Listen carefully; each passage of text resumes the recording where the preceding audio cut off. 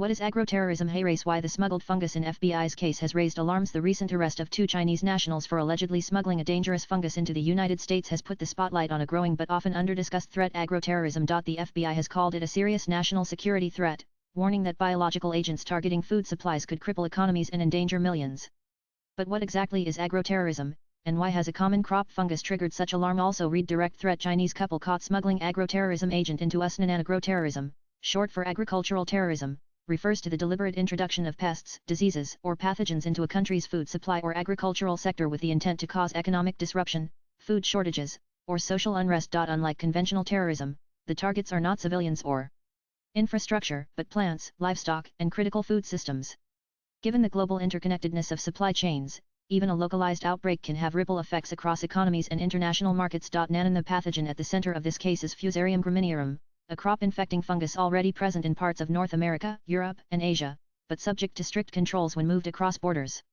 Introducing it into new regions, or into research environments without authorization, risks triggering outbreaks in vulnerable crop systems that may lack resistance to more aggressive or unfamiliar strains, leading to highly destructive consequences. What does it do? It causes Fusarium head blight, also called scab, a serious disease that primarily affects cereal crops such as wheat, barley, oats, and corn. The fungus attacks the flowering heads of these plants, reducing grain development and significantly lowering yields. But the damage doesn't stop there. Infected grains are often contaminated with toxic compounds called mycotoxins, particularly deoxynivalenol, also known as vomitoxin. These toxins are harmful to both humans and animals if consumed, rendering large portions of the harvest unfit for food or feed, even if the crop volume appears intact. Economic impact globally, Fusarium head blight causes billions of dollars in agricultural losses every year. In the United States alone, outbreaks have cost wheat and barley farmers an estimated $3 billion to $4 billion in losses since the 1990s. In severe outbreak years, such as 1993 and 1998, affected regions saw yield losses of up to 50% or in some wheat-growing areas. Beyond direct yield loss, the presence of mycotoxins often forces entire harvests to be discarded or heavily processed to remove contaminated grain, further compounding economic damage for farmers, exporters, and food processors. Nanan, the fact that a fungus is involved naturally draws comparisons to The Last of Us, the popular series where a mutated fungus wipes out most of humanity.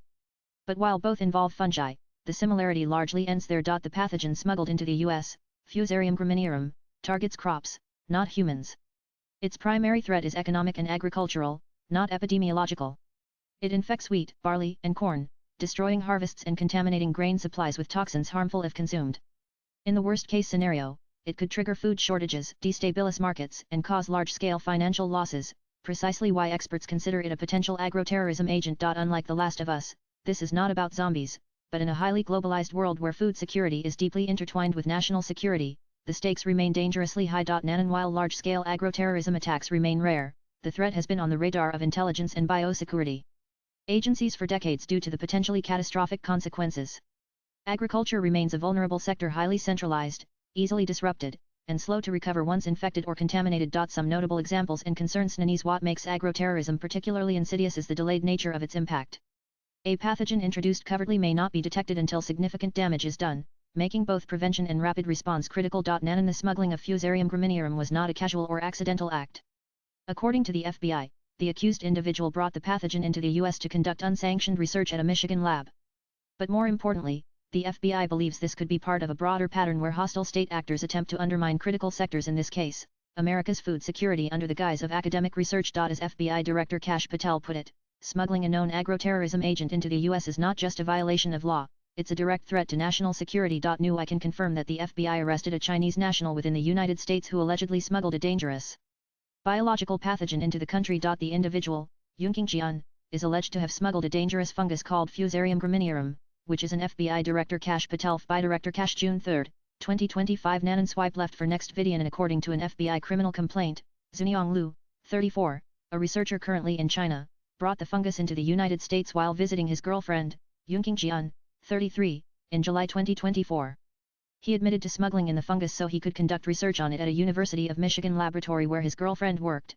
According to the complaint. Nan, both individuals have been charged with conspiracy, smuggling goods into the United States, false statements, and visa fraud. Latest blogs.